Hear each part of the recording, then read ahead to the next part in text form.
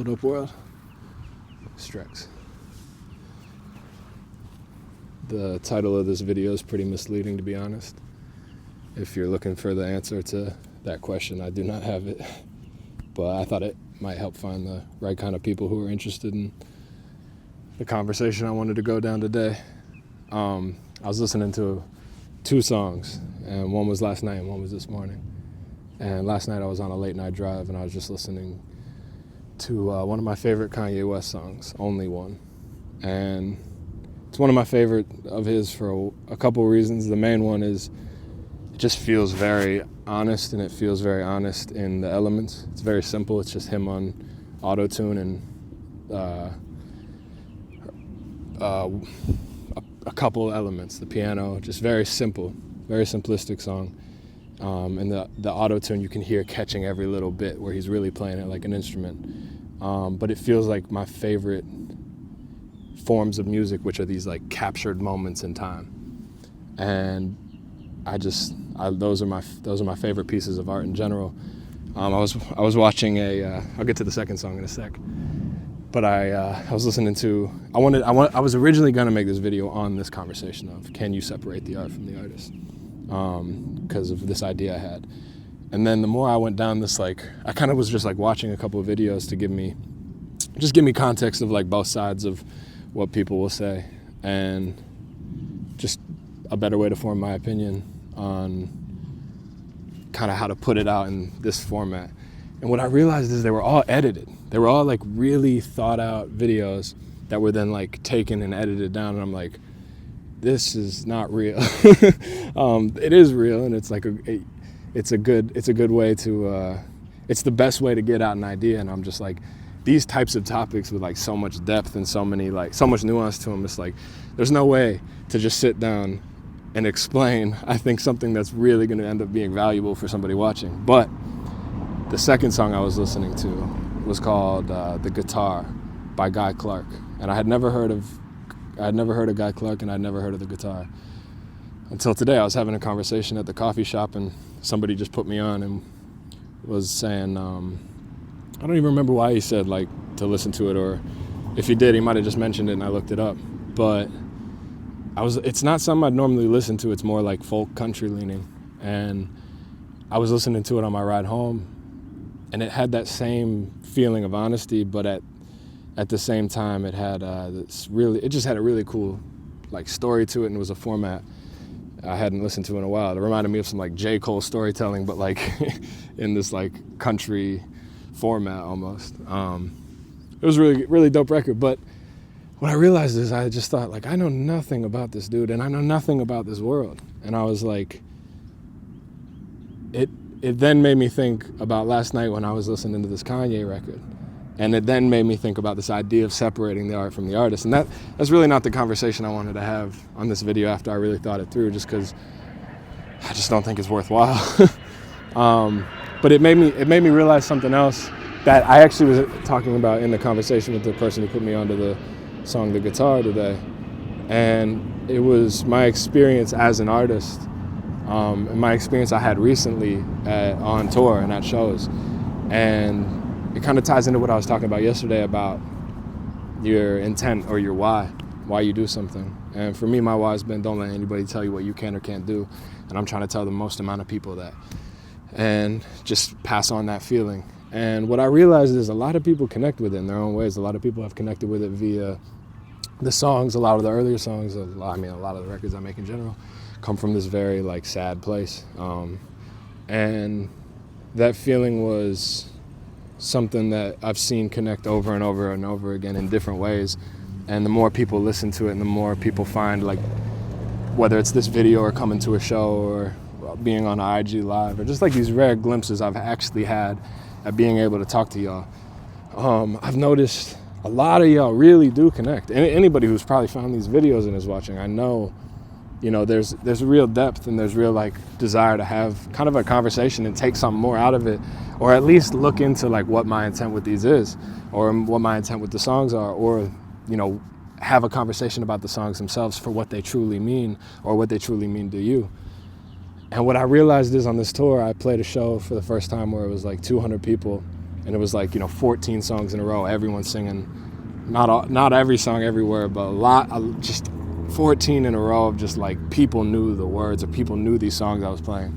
And it's this kind of delusion I've lived in for so long that will exist. And it was the first version I had ever felt of it. But then after the show, up to this point, I've only played, like 50 to maybe like 100-person shows that, of people even beginning getting to like play songs and have people know them.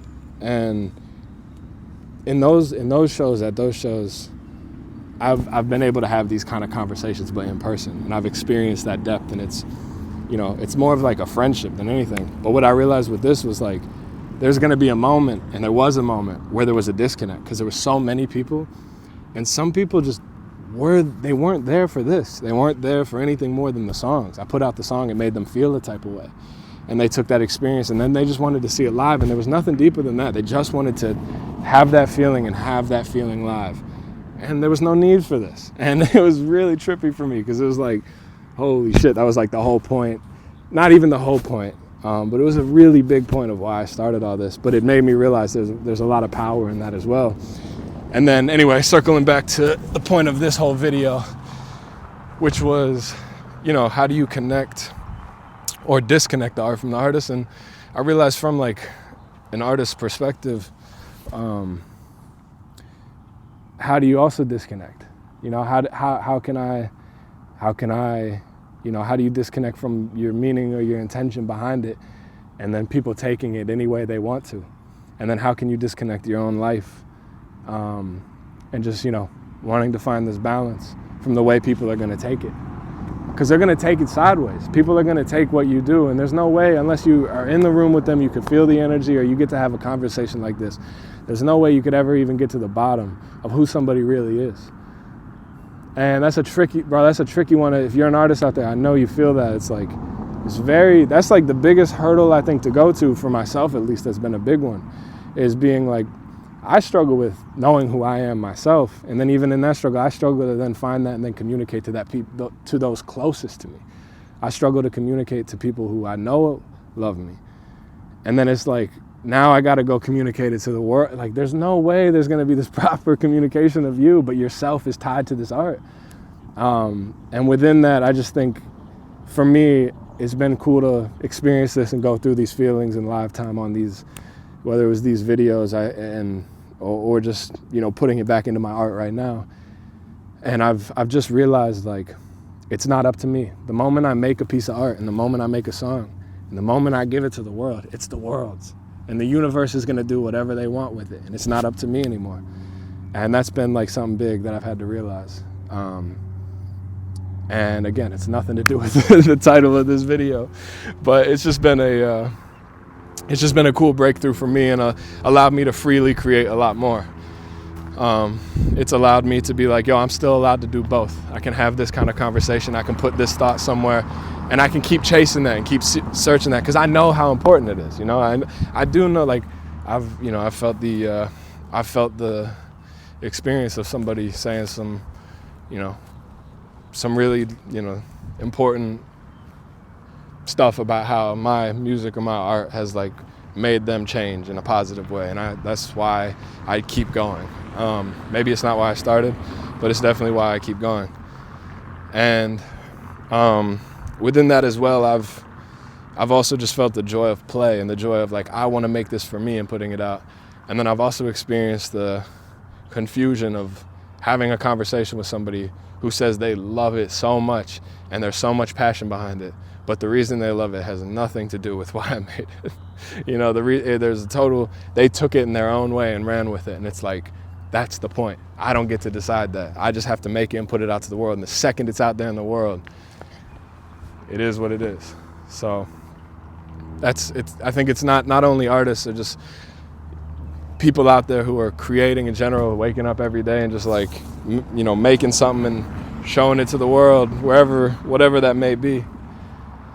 I think it's a good thing to remember of like, it's kind of vulnerability at the end of the day. I think that's a good one, is like, if you can be vulnerable and then not take it too personally, I think that's a really good way to do it. But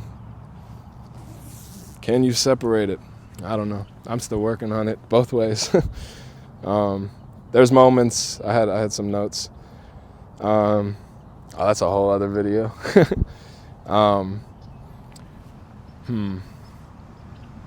don't know. Oh yeah, the one of the videos I watched. I'll actually link it here. If you did click this and you are interested in a better, like, more in-depth concept about separating the art from the artist, it was a cool video I was watching.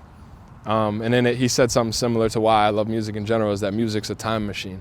And that's what I mean by moments in time as well. I think it's really cool as an artist to take something and create it, the feeling. Like if I went home and I made a record right now, and it was through this day, and it's a Sunday, and I had the coffee and I had the conversation, I made this video, and we're doing a random video and there's ducks and we're by the lake, and like took all of that energy and I went back to the crib and I made a record and I said something a certain way and the auto-tune caught it and then we finished the song and it was done.